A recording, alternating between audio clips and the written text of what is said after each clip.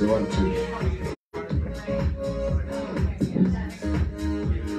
Testing 1,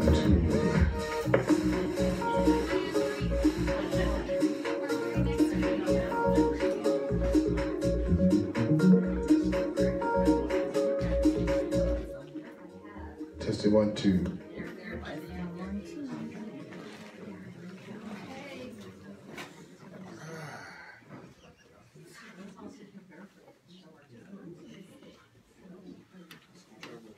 Okay, mighty companions. Let me take a minute to look at you, see who's showing up here today. Every time I go out of the country, I have a shift in my consciousness, and usually when I come back, there's a shift in the class after there's a shift in my mind. And that's been completely true for a long time. And I want to start out by saying I'm completely, totally grateful to each and every one of you, even the ones that were drugged here against their will. I'm glad that you're here today. I'm Earl Purdy on Facebook Live. Thank you for tuning in so we can see what the message is from Spirit today. And so let's just take a deep breath right quick to allow ourselves to become centered. And we want to remember what the Course in Miracles says is the attitude for us to take. If we want to really let the truth in, there's an attitude that we must take. Those of you who are tuning into the Course in Miracles online or in person for the first time, the guidelines to learning the Course, the instructions for letting yourself hear the Course are to remember that you need not believe it, accept it, or welcome it. You need not believe the ideas, accept the ideas, or welcome the ideas. You don't have to believe the ideas, accept the ideas, or welcome the ideas. Do you know that some of the ideas you may actively resist? Some of the ideas you may actively resist. Some of the ideas you may actively resist. And some of the ideas may seem to be quite startling. Some of the things that the Course in Miracles says is really startling. Some of the things that the Course in Miracles says is really startling. But do you know that you are not asked to analyze the ideas or judge the ideas at all? We are probably going to do it, but that's not what we are asked to do. Do you know that what we are being asked to do is to use the ideas? If we use the ideas in the Course in Miracles,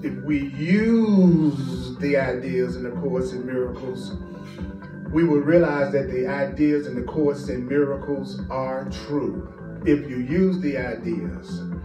The Course says the use of the ideas will show you that the ideas are true.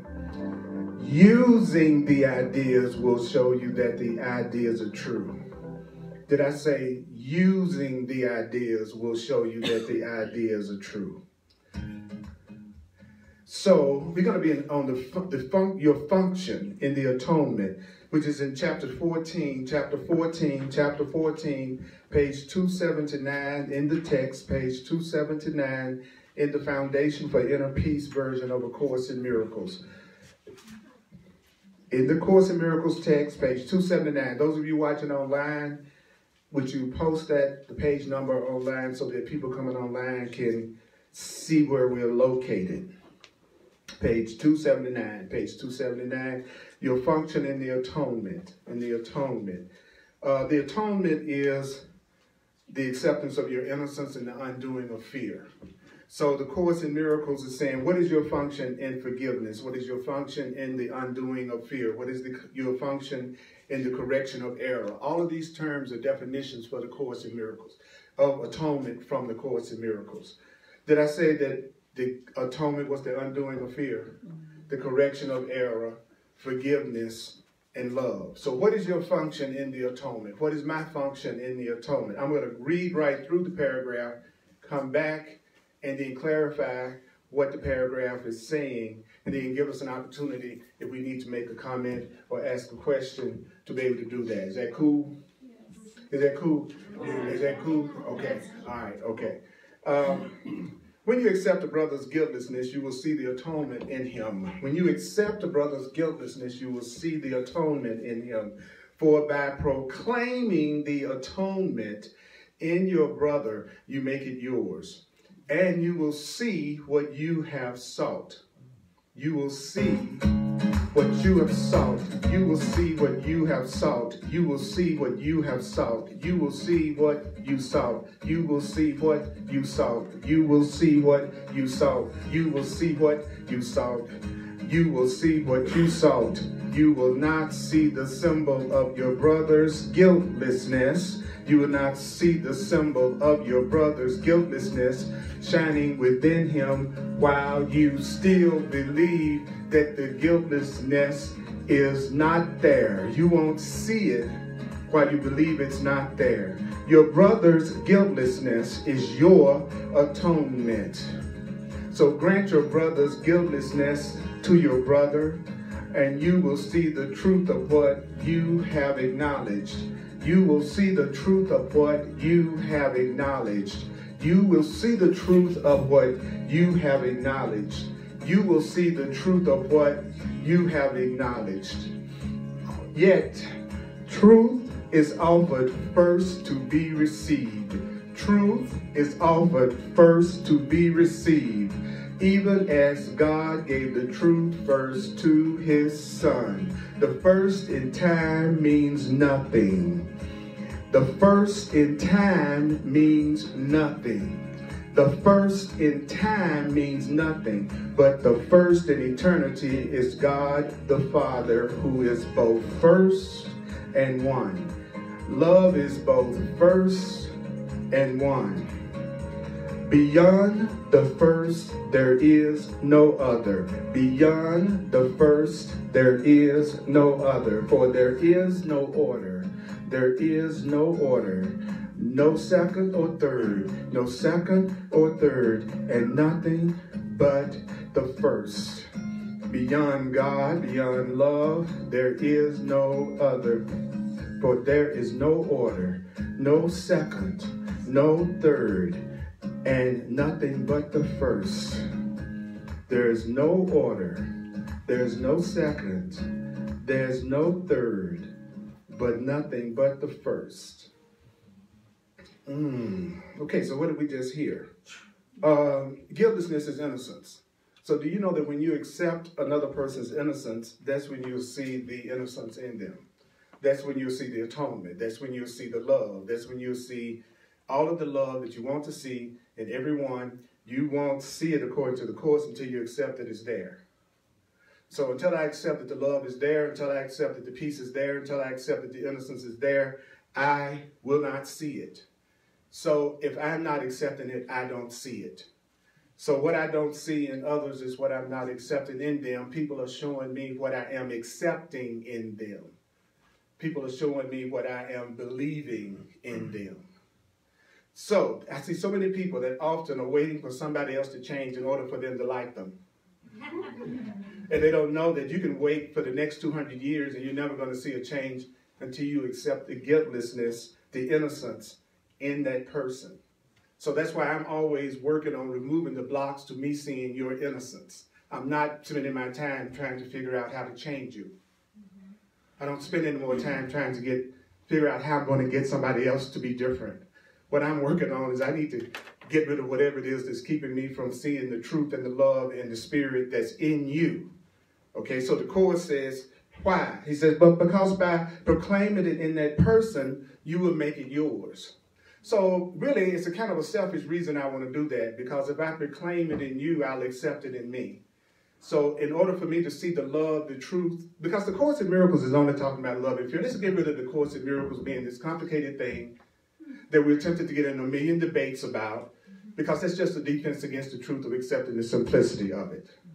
So it's as a matter of fact, it's so simple that a person just actually has to decide that they're just not going to choose to see it that way. They can't use the excuse that it's too hard or what it's saying is too baffling. It isn't. If I don't want to see anything good in you, I won't. And until I see something good in you, I really won't see anything good in me. You don't have to be a rocket scientist to understand what I just said. It's a matter of motivation. Everything is a matter of motive. Am I motivated to get rid of the blocks that would keep me from seeing the innocence in you? Because then I'll do what's necessary to be able to see it in you and therefore see it in myself. So the Course is saying, you will make it yours by proclaiming it in Him, and you will see what you sought. So I'm going to see in you what I'm looking for. See, he said the same thing 3 different ways, 3 different times. So that's why you don't have to ever analyze the sentence of the Course. I reassure you, it's going to be said again, coming from a brand new direction. Right? So what did it just tell me? It just told me that I will not see the symbol of your innocence shining within you while I still believe it's not there. I will not see your innocence. I will not see your beauty. I will not see the love in you when I believe it's not there. So as long as I believe it's not there, I won't see it. Again, this book is putting it back on me. Spirit is putting it back on me. Spirit is saying, I'm not going to see it if I don't believe it's there. And you can apply it to anything. I'm not going to see the abundance in my life if I don't believe it's there. I'm not going to see the peace in my life if I don't believe it's there. I'm not going to see the unity between us if I don't believe it's there. I'm not going to see the oneness and our truth and our freedom if I don't believe that it's there. So I'm not going to see it if I don't believe it's there. But because I don't see it, because I don't believe it's there, doesn't mean it's not there. Yes. Right. No. If I don't see it, if I don't believe it's there, I'm not going to see it there. If I don't believe it's there, I'm not going to see it there. So therefore, if I don't change my mind, will I see it there? So you could be surrounded by abundance that you don't see because you don't believe it's there. You could be surrounded by potential love, friendships, connection, and joy, and you don't see it because you don't believe it's there. So the Course in Miracles is saying to us, it's talking about innocence. You know why it's talking about guiltlessness so much? It's talking about guiltlessness so much because we were taught about guilt so much. We were taught the idea of sin and the idea of guilt. So we're watching a society and a culture and a belief system that's based on the idea that we're somehow guilty, somehow sinful, somehow separate from love, somehow separate from God. So in case you're wondering what having a core belief in the sin or the guilt in someone will produce, turn on the TV.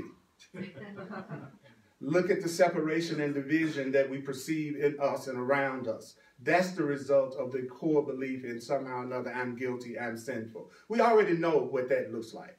So the Course in Miracles is saying to us, your guiltlessness is my healing, is my atonement. Your innocence is my atonement because the mind, according to the Course, is going to automatically apply to you whatever you apply to somebody else. You don't have to stop and apply it to yourself. Your mind is going to automatically apply it to you. That's the way it works. So if that's true, your innocence is my healing. The more I see your innocence, the more I'll accept my own innocence.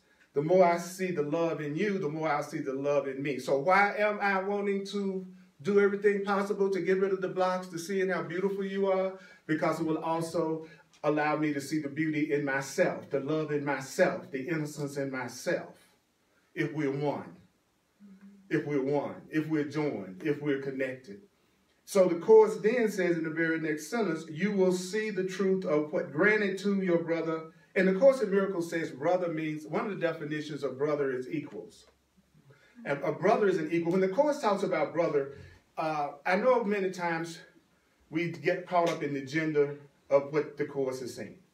But the Course itself is not talking about male and female. When it says brother, its definition of brother, one of them is a mind is joined with yours. Another definition of brother in the Course is an equal. So it's not talking about a man or a woman.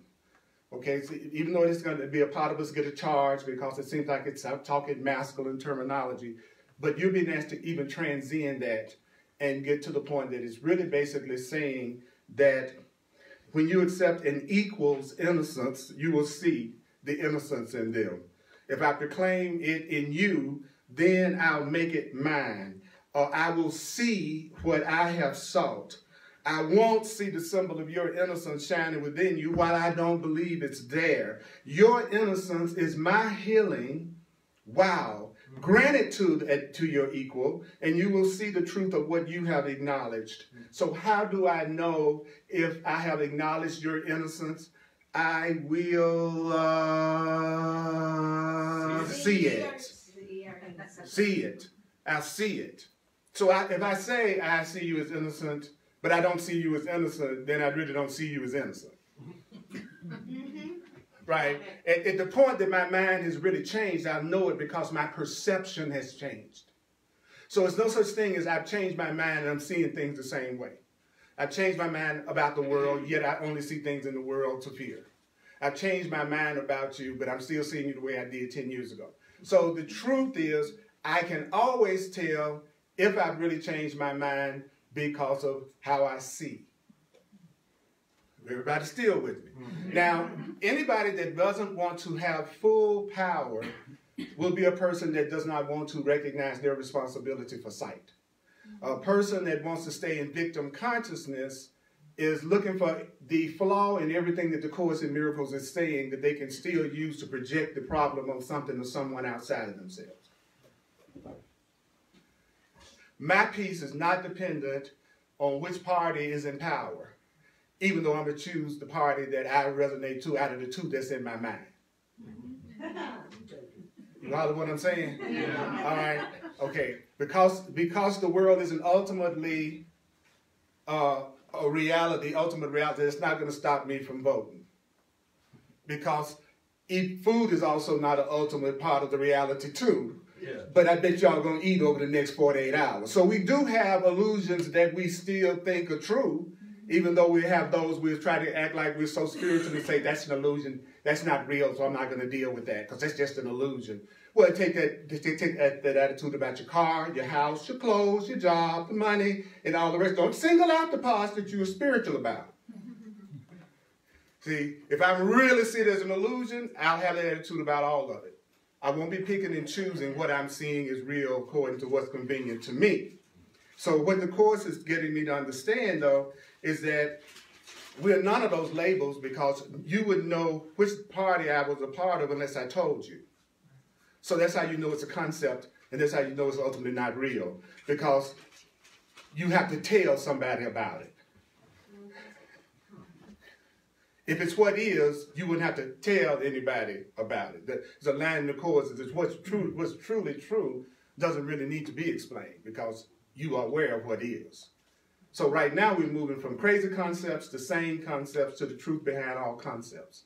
We're going from fearful thoughts to loving thoughts to the reality that's beyond all thought. We're going from the unhappy dream, as the Course calls it, to the happy dream to waking up to reality. It says you don't go directly from the miserable, most unhappy being in the world to the bliss of reality.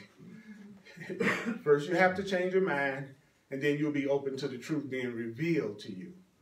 We are moving into a level of consciousness where we are given gifts.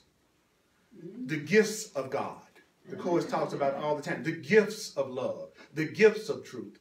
It's not saying the loan of truth with interest. It's saying the gift of love.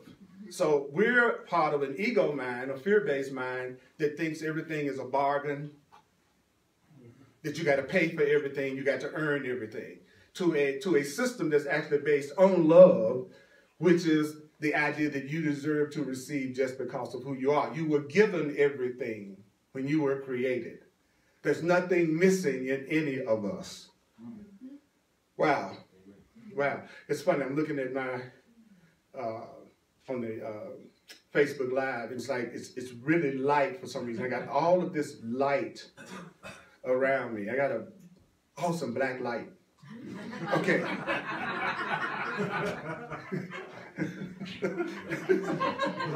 Yeah, it's awesome. It's awesome. It's awesome. All right. And the Course says truth was offered first to be received. So I'm giving you this truth. Why? It says the Course says to be received even as God first gave it to you, the one creation. Then it says the first in time doesn't mean anything, but the first in eternity is God. That which created us is first, second, third, is all of it. There's just one, the one. And so basically in that first paragraph, it was just getting us to focus in on what I want to see in me is what I need to see in you. And then granting it to you, I'll see it in me. And then people say, how do I do that? You study, you read, you do the workbook lessons, and you apply it to everything that you go through during the day. That's the most common question that I get from people. How do you do it? I say, you read it, you study it, you do the workbook lessons, and you apply it to everything that's happening to you that day. And it never thrills anybody. Because there's a part of me that just wants to magically have it happen without me having to do anything to allow that to happen. And since we're in now a reality where we get so many things instantly, then it's more challenging than ever for people to practice the truth, because they are so accustomed to getting things instantaneously without having to really take the time to be patient. You know, even though I hear all the time, you shouldn't have a video over 5 minutes or 2 minutes. And I say to people all the time, if I can't keep your attention on the truth more than 5 minutes, I don't care if you watch what I'm teaching. You know, if you can't devote an hour or 30 minutes or an hour and a half to something that can change your life and give you everything you want, then you're really not that serious about it, to be absolutely honest. Because we all put more time than 5 minutes or 10 minutes in stuff we like and we're interested in. People don't say, guess what, Earl? I'm getting ready to go skiing for 10 minutes. I'm getting ready to go to a movie for 5 minutes. I'm getting ready to go dancing for 5 minutes. When it comes to the truth and stuff like that, give me 2 minutes and you get as long as you're going to have my attention on this and I'm ready to move on to something else.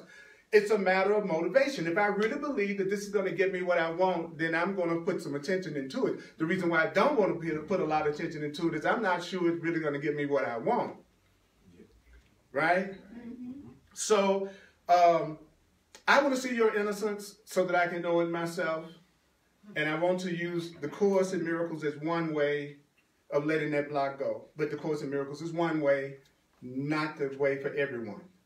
The Course in Miracles is not everybody's path. The Course in Miracles is not everybody's path. The Course in Miracles is not everybody's path. It's the path for who is interested in it, they want to invest in it, and it moves. Isn't that cool? Any questions or comments about the first paragraph? My brother.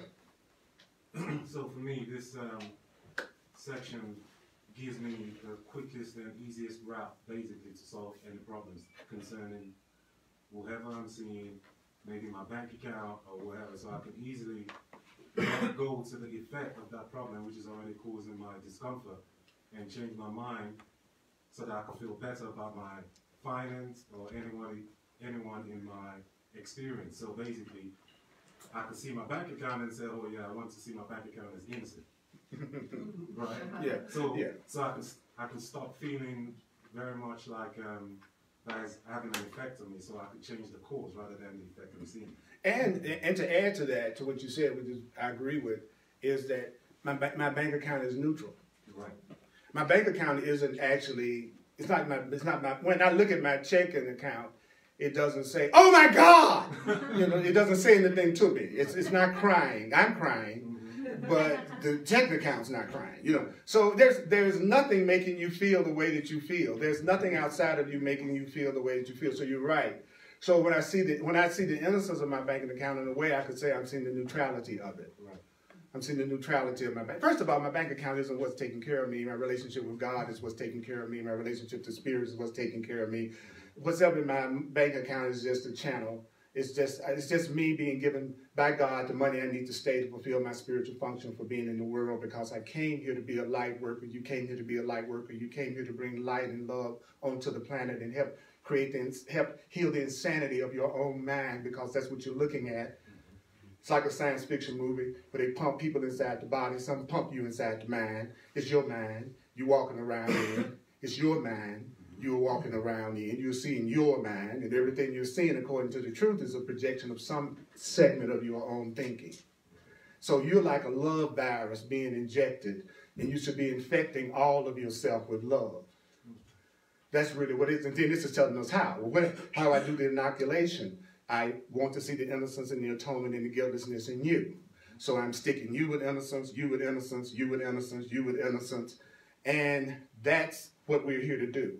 I'm here to be the light of the world. You are here to be the living embodiment of something other than hate, guilt, fear, and separation in the world. I'm not waiting for anybody else to be more loving. I am going to be more loving. I'm not waiting for anybody else to be more sane. I'm not waiting for anybody else to agree with me. I'm going to be what I want to have. And I want to have loving people, loving situations, safety, connection, fun, joy. I'm not waiting for anybody else to do it because I'm going to attract to me what I am. See, that's the easy way. Trying to change you jokers, I go crazy. And you know, and that's the truth. And same with if you're trying to change anybody around you. That's the slowest way in the world to be happy. And that's the most popular way that people try to use. Or they think they're just going to find the one. And the one is going to show up. And when the one shows up, everything is going to be okay. You know, I feel sorry for them. That's too much responsibility to put on another person. You know, wow. You know, be honest with them. Say, I'm attracted to you, but I'm full of dysfunctions. Always works. Oh, there'll always be caretakers. There'll always be those people who try to raise their self-esteem by fixing everyone around them. So they'll be attracted to you, and they'll make you their personal project. You know, because they're trying to raise their self-esteem. And they're trying to take their mind off of their needs to change. So that, yeah, they'll focus on you. But it won't be much fun for either one of you in the long run. Yes? So I was a little confused on the first, second, third.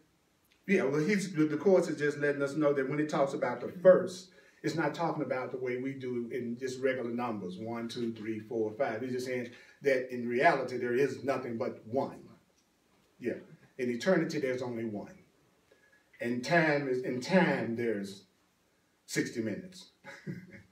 Yeah, Megan. I just like that it makes it so simple in that you are going to receive the evidence of whatever type of belief I'm trying to feed. That's right. So if I'm seeing, oh, it's a dreary day, I'm just going to be overwhelmed, or if I'm like looking for something to be wrong with you, I'm going to compile the evidence that fuels what it is that I believe. Exactly. So it's like the belief that comes first, and then I'm seeing the evidence of it. And so if I take it backwards and I'm like, wow, I'm having a day where I'm experiencing a lot of fear of people, or I'm experiencing a lot of anger at traffic, or, you know, it's like, what belief am I trying to feed today?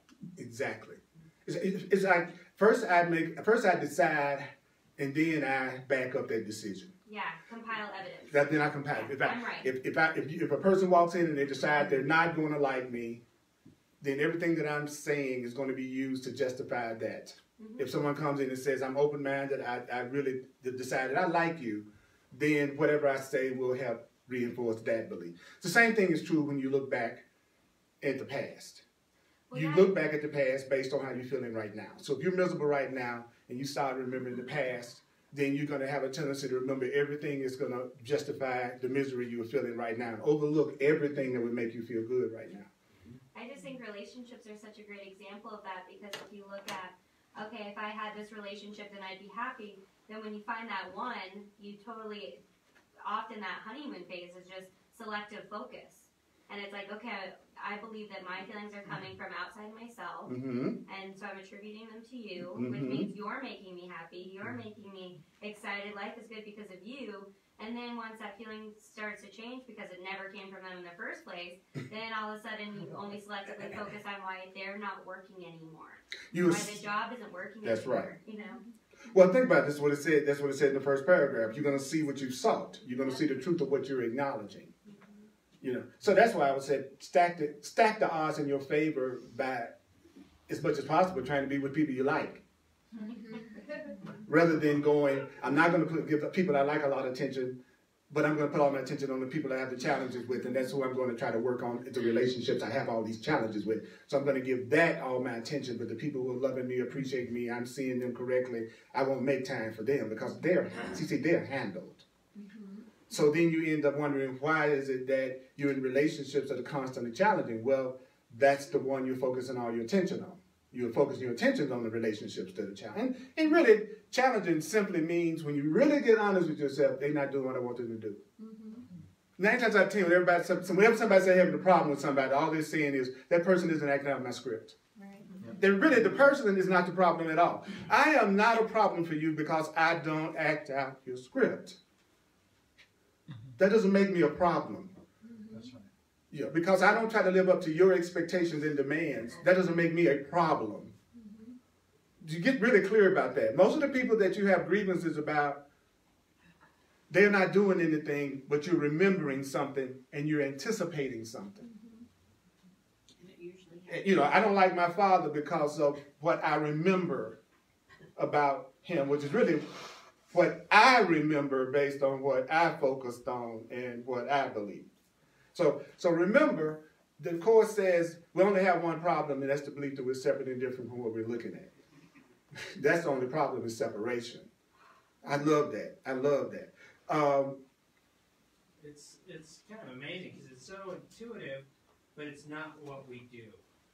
If I want to build a bridge, then I assume we're together, assume we're one, assume you're innocent. You're going to pick up on that vibe, and we got a shot of building a bridge and becoming one, versus assuming you're going to attack me, assuming we're different. So it's just kind of the law of attraction. Well, it's like you're proclaiming it, and that person makes it yours. You're seeing what you have sought. You know, it's already there. I'm blocking it out. It's already there. I'm blocking it out. The Course in Miracles is not a true spiritual path. Is a path that has some connection to Source. A true spiritual path isn't based on you making up your own happiness. A true spiritual path is getting out of the way so that that which created you can extend happiness through you. It's not you coming up with the next thing that you think is going to make you happy. I'm talking about true happiness. You have to breathe. Yeah, true happiness does not have anything to do with anything you see. True. Everything you see is neutral. That's a biggie. That was one of the biggest breakthroughs of all. So let's go to the next paragraph and see what it's saying. People say the Course in Miracles says the same thing over and over again. Yeah, because maybe we'll remember it one day if it does. That's actually easier, right? So it says, you who belong to the first cause, created by the first cause, like the first cause, part of the first cause, you're really more than guiltless. You're more than innocence. The state of innocence or guiltlessness is only the condition in which what is not there. What is not there has been removed from the disordered mind that thought it was. This state, what state? The state of guiltlessness, and only the state of guiltlessness must you attain. What? The only thing you should attain is the state of innocence. The only thing you should attain is the state of innocence with God beside you, with love beside you, then achieve the state of innocence. I used to focus on a trip to Hawaii and all the stuff that I thought I wanted. Now all I do all day is focus on releasing any anger, guilt, grievances in the past. I don't even think in terms of stuff anymore because I know I can get stuff. Stuff is already made. You don't have to worry about manifesting a car. Don't go down to the car dealers there. You don't have to worry about manifesting a big screen TV. They already built. You know, when I hear people say, well, I'm going to manifest. Well, it's already there. That's not the issue. The issue is, what am I going to give myself when I give myself that? Am I going to give myself peace with that? Or am I going to give myself weary with that? Am I going to give myself joy with that house? Or am I going to be wondering about how I'm going to pay the bill every month and give myself fear? So I go for states of mind the way I used to go for things. That was the big shift. Somewhere along the path, you're going to switch from form to content. You're going to find it's going to be much more important to you whether or not that person loves you than how they look and what they have. You're going to find all of a sudden that's what's going to mean the most to you. It's feeling joy and feeling happiness and feeling love. The thing is not very, very important. But the Course is trying to take away the guilt we feel about things. Because we even have guilt about things. I have guilt if I think I want too much money. I think I have guilt if I want the body. I think I have guilt if I want sex. I think I have guilt. You know, we have these things that we make ourselves feel guilty about, but we don't realize those things are making us feel guilty. So the Course is telling us, you belong to the first cause. He says the state of guiltlessness is only the condition in which what is not there has been removed from the disordered mind that thought it was. What is it that innocence is removing? Guilt. So when I go to the state of innocence, it's going to remove what I think about myself that's not true about myself. The more I learn the truth, the more I'm going to let go of the things that I think about myself that are not true. So the Course says, how do you do that? The more innocent you believe you are, and that doesn't mean you don't make mistakes, and that mistakes aren't for correction. He said, but the more you were born in innocence, you were born in love. He said, the more you recognize that with God beside you, and with love beside you, it says, for until you do, you will still think that you're separate from God. You think that you're separate from love. That's a really powerful statement. Do you know what the Course is saying to us? It says, the reason why you think you're separate from your Creator, the reason you don't consciously know your relationship with your Creator is because the idea and concept of guilt keeps you from knowing you're totally connected with love and unconditional love. You can't feel guilty and know unconditional love and be aware of it. You can't feel guilty and say, I know I'm a lovable person. You can't say, I feel guilty and I know my connection to God. That's what the Course is saying to us, which we don't have to believe. Because remember, it says, you know, I'm just going to tell you the truth. That doesn't mean you're going to believe it. I'm just going to tell you the truth. That doesn't mean you're going to accept it. But it also says it doesn't matter whether you believe it or not. If it's the truth, it's going to be the truth, whether you believe it or not anyway. So I'm going to tell you, you're innocent, you're loved, and you'll always be loved, and you only deserve to be loved. I don't care if you believe it or not. That's the truth. And love is going to love you whether you feel that way about yourself or not. Fear-based minds don't love you unless you meet certain conditions. Love loves you unconditionally. So something or someone that really loved you would not be checking up on you. Why? Because they're going to love you anyway. It doesn't matter what you're doing when they're not around you. Because it's not going to change the way you're going to relate to them. So what difference does it make what you're doing when you're not around me if I'm going to have the same response regardless? I need to know everything about you if I'm trying to decide whether or not I'm going to give love to you or whether I'm going to withhold it. Are you with me on that? Yeah. And that blows us away because the Course is like the worst book in the world for a person that wants to think they're loving and they're not. Because it gets you totally out of denial about your own mind and your own ego. So as soon as I hear that, I go, okay, rather than beating myself up because I still have suspicions or fears, I go, okay, this is what I need to start to want to see in the other person so I can see it in myself. This is where I need to start wanting to see you as loving so I'll see loving in myself. I don't take when I find out where my ego is still active as an opportunity to beat myself up like I used to. Now it's just pointing out where I need to apply the truth more. And I don't go through the whole thing of, oh, I'm just a pitiful person. I'll just never get this. It just never works out for me. It's like, okay, I am feeling angry right now, so that lets me know that I am seeing something incorrectly in this moment, and there's another way that I need to look at what's going on right now. But I'm not going to deny that I'm making myself mad right now. As a matter of fact, I'm going to empower myself by saying I'm making myself mad right now. I'm not going to say, I love everyone except you. You know, it's I love everyone. Okay, I'm not feeling love for everyone, so that lets me know I need to start with the best of my ability seeking the love in others that I want to see. See, it just makes me aware of what direction to turn my attention, not where to start beating myself up. Okay, and so that's what it says. I love this. It says, this state and only this state must you attain, how? With God beside you, because until you do, you will still think that you're separate from God. You still think you're separate from love. You can perhaps feel God's presence next to you. You might feel the presence of love. You might feel the presence of love. He says, but you can't know that you're one with it. See, I might feel the presence of your love, but I don't know that I'm one with you yet. I don't know we are the same being yet. I can say I think I'm one with you. I want to be one with you. I'm reading we're one. I don't know that you all are one with me. I don't know you as me, really. But I can feel your presence. I could feel the presence of the love, but it's telling me why I don't know you as one with me. I don't know you as one with me because I still have a belief in guilt and sin and separation. See, he told us why, though. Because if I feel guilty, I won't know the presence of God. It's there, but I won't know it. Because people ask all the time, well, if there's a God, why don't I know it? Do you have an anger, guilt, and grievances? Do you feel separate? Do you think you're a body? Do you think you're something that dies? Are you looking for other people to make you happy? You know, well, then you are not going to know the presence of love because all of your thoughts are totally adverse to that awareness.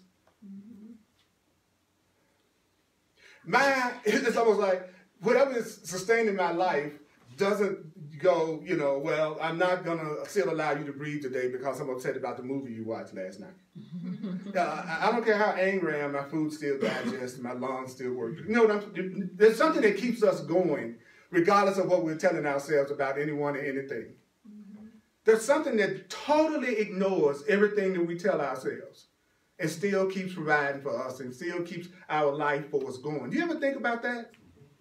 Think about that. No matter how I don't care how depressed you are, generally your heart, I know people can say, well, people have heart attacks, Who you are never dies. I'm not talking about your body. Your body is,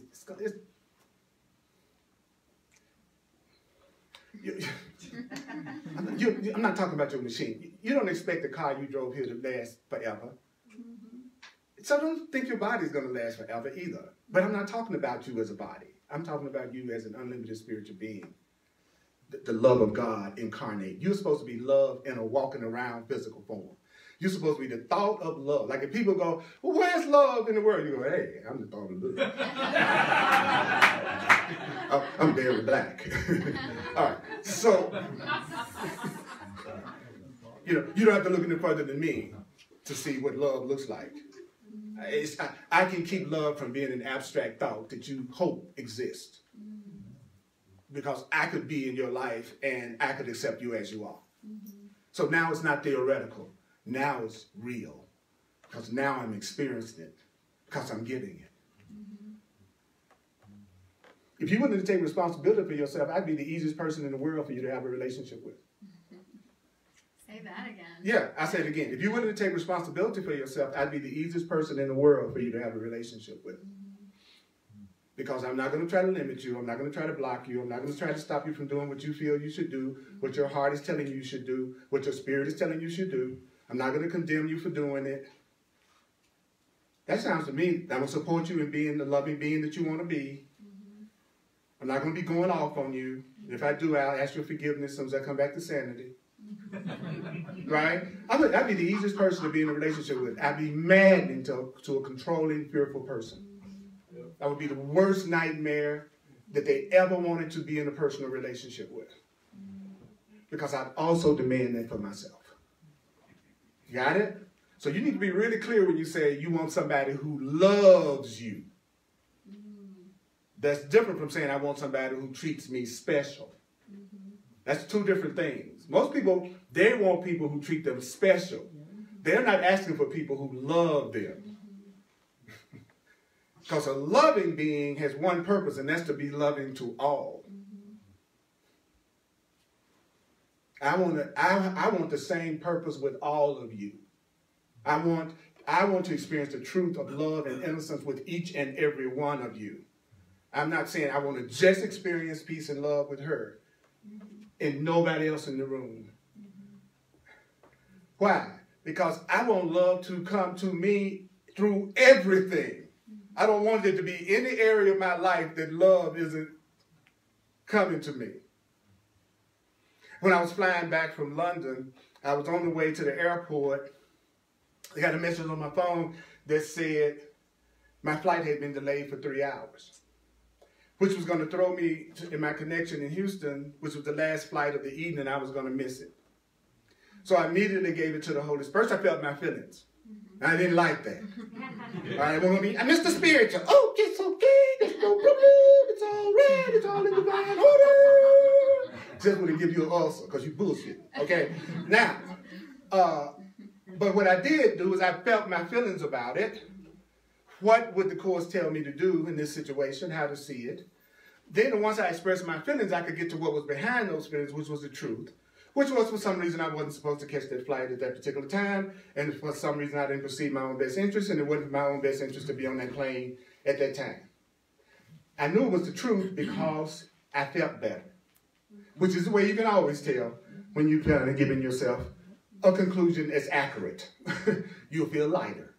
Okay? So I accepted what is, which immediately cooled me out. Because there's no sense in being angry at a fact. The Course says it's crazy to be angry at a fact. I'm angry because I'm in a male body. It's a fact. Right? All right? So I went to the airport. Heathrow Airport, everybody's been there. And, it's like unbelievable. Okay? Tell me about it. Heathrow is serious. That's the airport's airport. Okay? And so I had to go to United because I wanted to find out what they could do to get me here without having to spend the night in the airport or anything like that, right? So I go up to the person, and first of all, I gave it to, I stopped the wait a minute, Purdy, you haven't consciously stopped to give it to the Holy Spirit first. Give it to higher power first. That's the first thing you do. So I stopped this whole instant. What I give to you, be you in charge, for I would follow you, certain that your direction gives me peace. All right, that's in 365 in the Course in Miracles workbook. All right. I'm applying the course because I had read the course, because I had studied the course, and it told me what to say. I didn't wing it. Okay. Then I went up there, and it was crowded everywhere in the airport, but I looked up, and the United counter had no one. So I walked right up immediately. I didn't wait 2 seconds. I walked up and I told him, and the guy, he was an Indian guy, and he was just, oh, Mr. Purdy, we'll help you right away, and I'm going to see if I can find something for you to get out of here sooner than you thought, so maybe you can get back home in time. I said, oh, great, thank you, brother, I appreciate that. He said, ew, I love your glasses. I said, well, I'm here to look at you with the eyes of love. Well, that's the way you're supposed to look at us. Okay, I'm in the airport. I even had that experience with the customs guy when I came into London. I don't know if any of you travel internationally that much, but usually the custom people are not the friendliest people on earth when you go up to that counter. And same thing happened. I walked up to the guy, and he went, oh, hey, smiled at me, looked at my glasses, oh, wow, I love your glasses. I said, well, I'm here to look at you through the eyes of love. That's why I'm here on earth. That's why I'm here right now, just to look at you in the eyes of love. Well, he said, and he went, well, lots of luck with that. He said, lots of luck with that. And then he whooped me right on through. I went through customs faster than I ever have going into England in all the years that I've been going over there.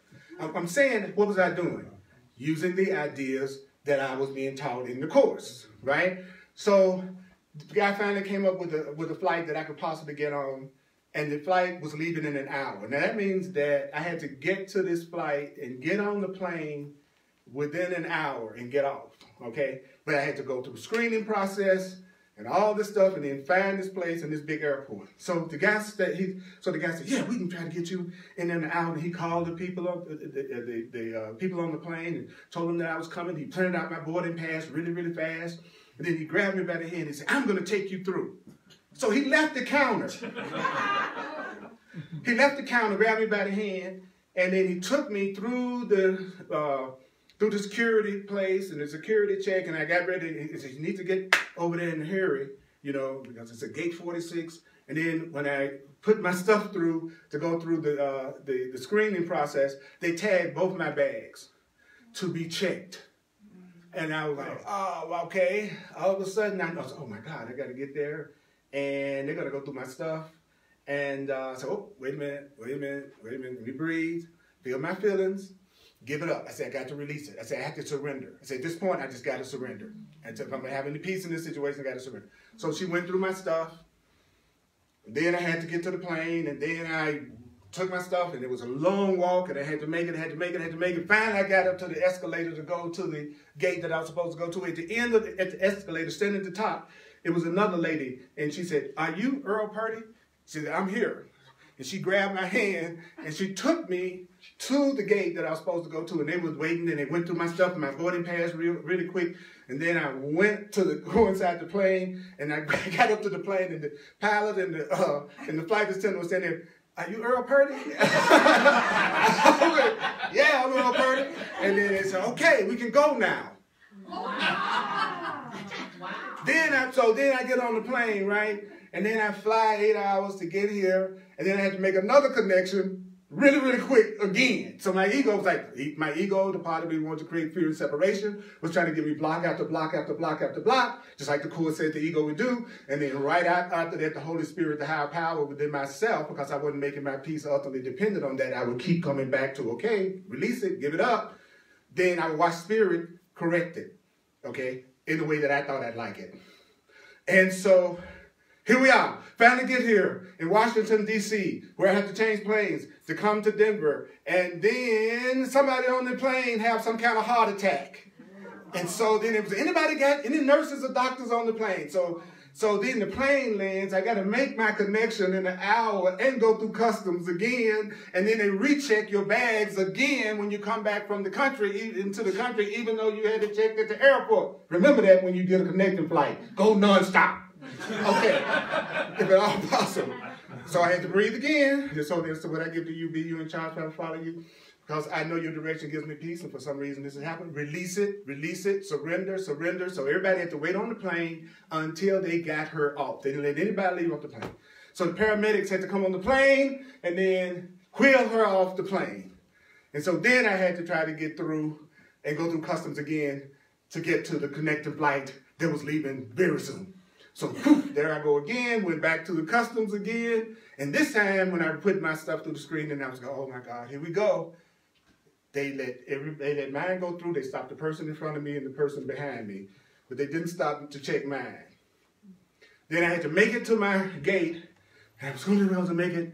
And then I looked down and it said, your flight is delayed.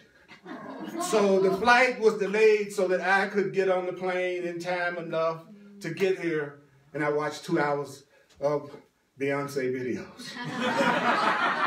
That don't perk you up, I don't know what will. So my point is, it kept becoming an opportunity to see the innocence in myself, to see the innocence in the situation, and to see the innocence over and over and over again. I had to keep going back to telling myself the truth over and over, not one time, over and over and over. And I had to make the decision that I was going to give myself peace regardless of how it turned out, because however it turned out, it was ultimately going to be for my own best interest.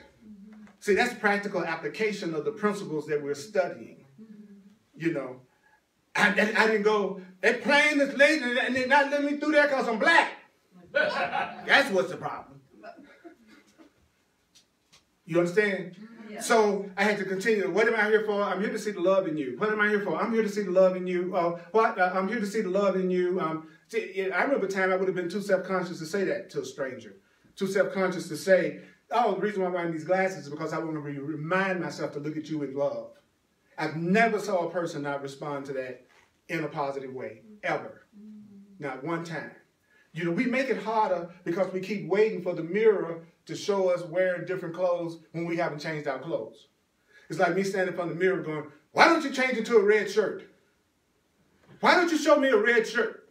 I'm wearing green. Why don't you show me a red shirt? When you show me a red shirt, mirror, then I'll have red on. See, I'm going to create the love in the mirror that's reflecting back to me by me standing in front of you with love. Has nothing to do with whether or not you want to give it back. I don't care if you give it back anymore. You'll have to deal with your energy.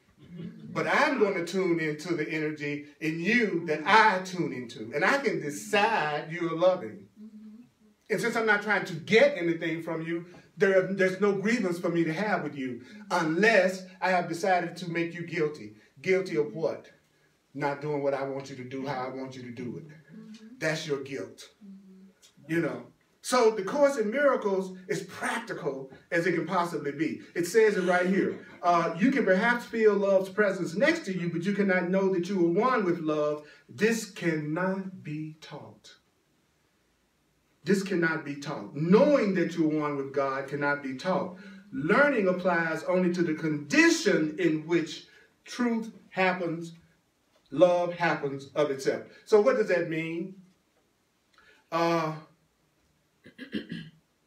When you allow yourself to see yourself as innocent and to see the innocence in everyone around you, that is the condition in which truth and love happens of itself.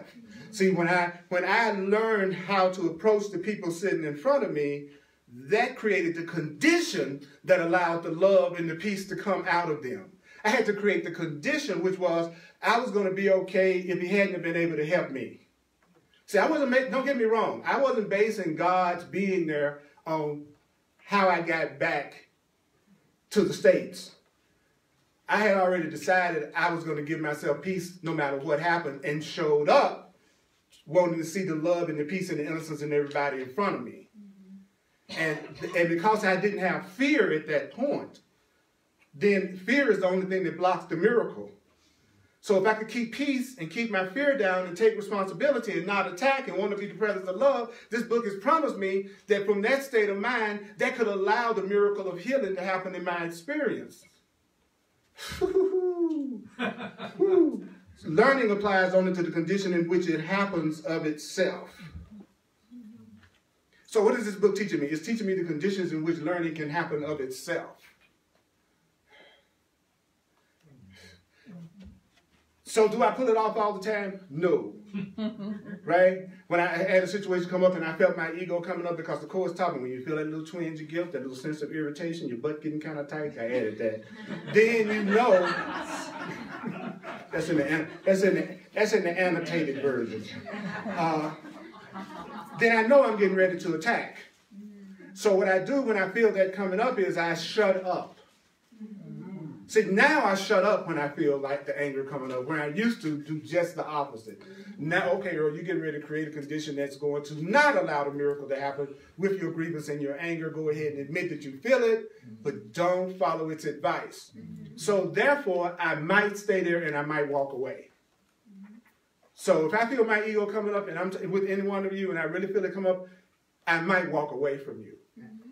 I might go, Excuse me. I'm out of here. Because I know, after 38 years of working with the Course, there's nothing that the ego, guilty mind wants you to do more than engage with it. That's true. You know, you want to keep an ego conflict going? Talk to people in anger.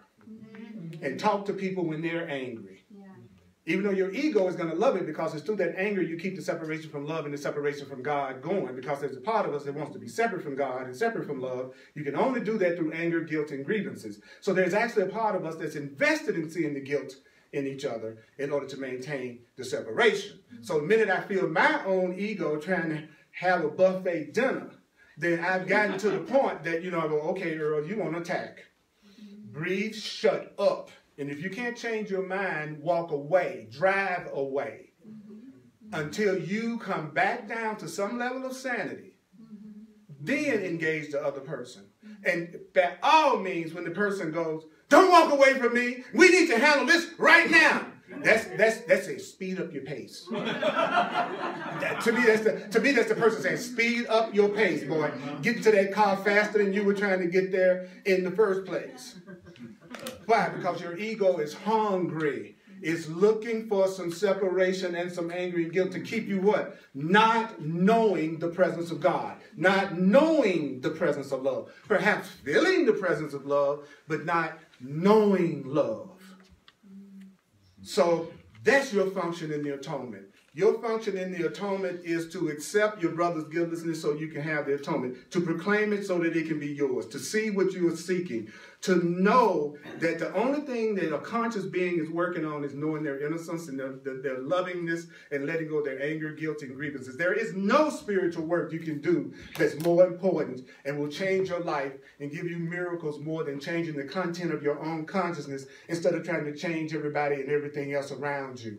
Nothing will speed you to bliss consciousness faster than realizing everything in the world is neutral and you're giving it all the meaning that it has for you.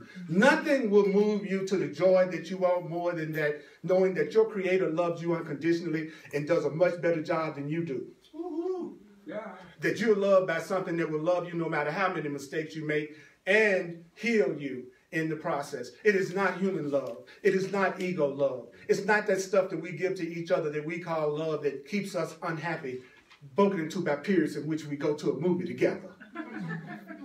That's not the deal. So you all don't know, but your soul has chosen finally to be happy. Your soul has chosen finally for you to know your abundance. Your soul has finally chosen for your freedom, but it's going to wreck your thought system completely. You've got to be willing to question every value you have, every belief that you have. You have to want to forgive, or there's nothing, anything you could ever read in any book that will make you forgiving. First, you have to decide you want to get past the block. Then all the ways to get past the block will happen. But if you just want to be right, more than you want to be happy, then you're going to continue to seek the guilt in others, the grievance in others, and the separations with others, in others, because do you know you're doing it because you want to condemn yourself and you want to punish yourself and you don't think you deserve to be happy. That's how I can tell how a person feels about themselves, is how much they condemn, judge, and criticize others. People who are angry and attacking all the time, those are people who don't feel the presence of God, don't feel the presence of love. And so I need to be a demonstration of that to show that there is another way of seeing things. So it won't be an abstract theory. That's your function. And as soon as you do that as your function, you will start to see things happen in your life like you heard me talk about. And I could give you story after story after story after story after story after story after story after story at the last 40 years of working in the course of seeing stuff like that happen, to the point now that it's just mind-bogglingly ordinary. But do my ego come up? When my ego comes up, do I get caught? Do I feel it? Hell yeah, just like you do. But the difference is I know what to do with it.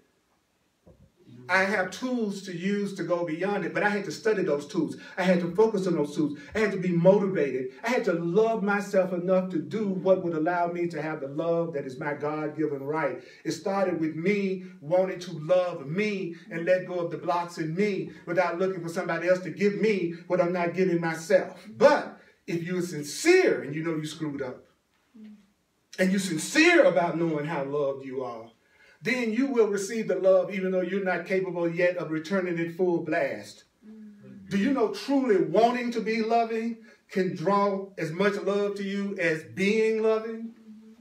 But you got to sincerely go, I got issues and I really want to get past them. I know I have some insecurities, some fears. Help me, God. Help me, universe. I really want to change.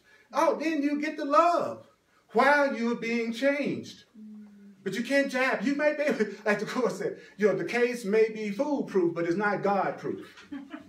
You can't you can't fool the higher power. You can't fool your infinite intelligence. You can play games with yourself, but you can't play games with an infinite intelligence that's greater than you. So be honest with yourself, and then everybody will be honest with you. If you feel like you're faced with a lot of lies and deception in your life, where are you lying and deceiving yourself? Because they're reflecting back to you your own self-deception.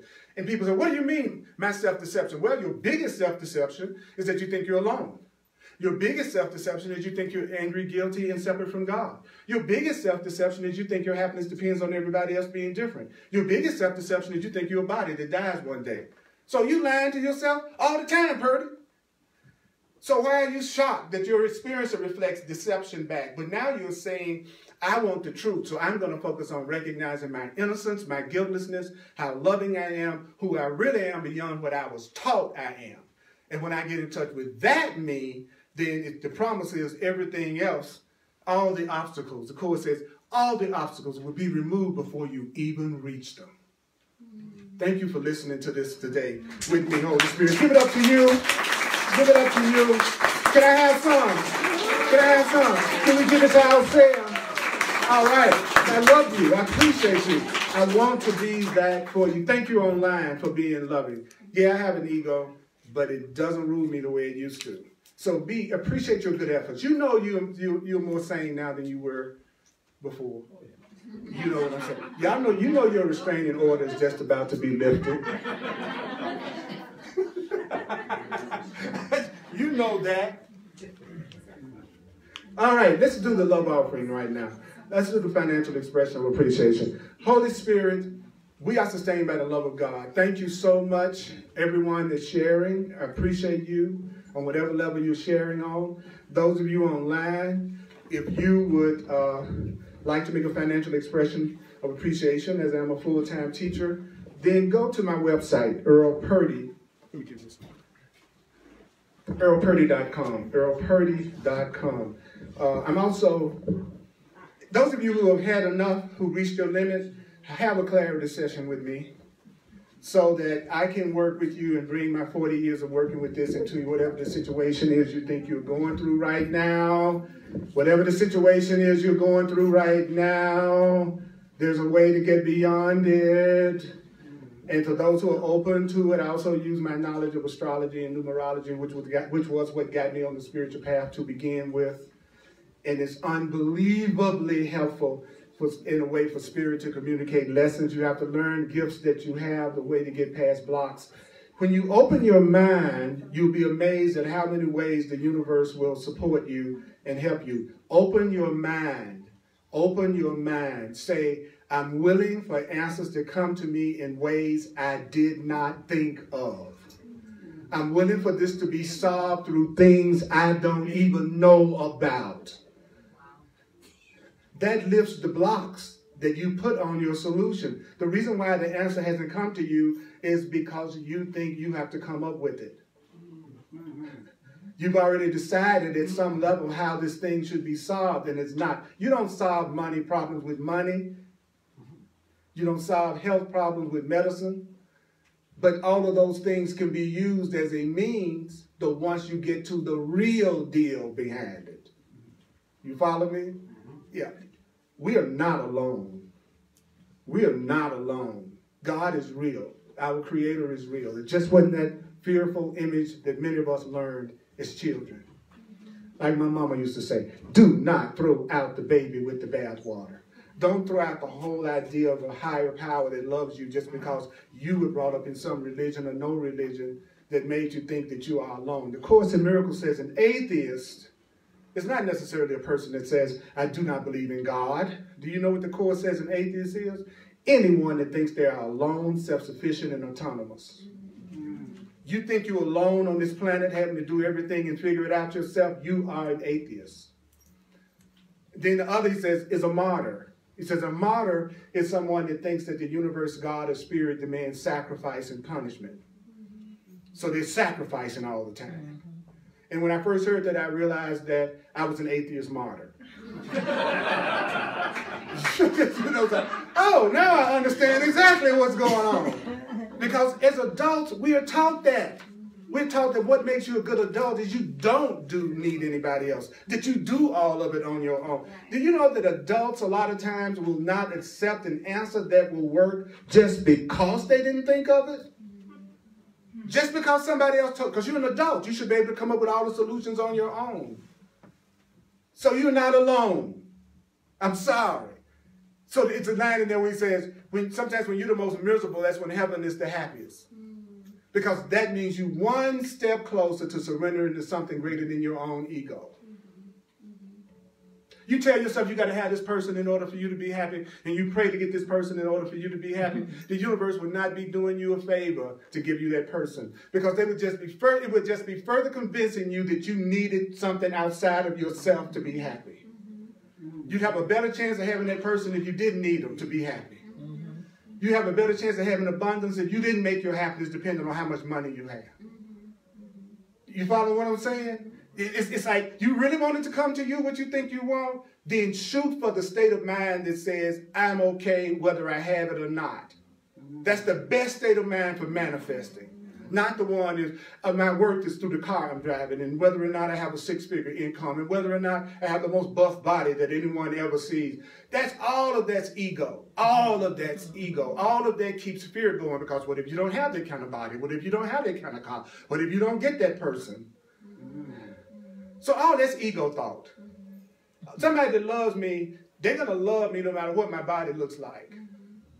Because if they love me, my body's going to look good to them. I'm going to look good to them. There are no ugly people to a person who loves the person they're looking at. It's just not possible. If you love me, I don't look ugly to you. The winner takes all, and he strikes like thunderbolt.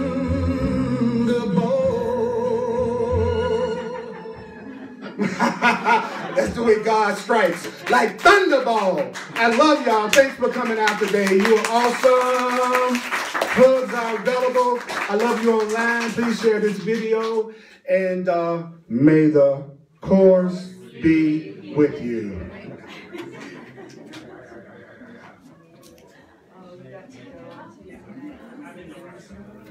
Oh, okay.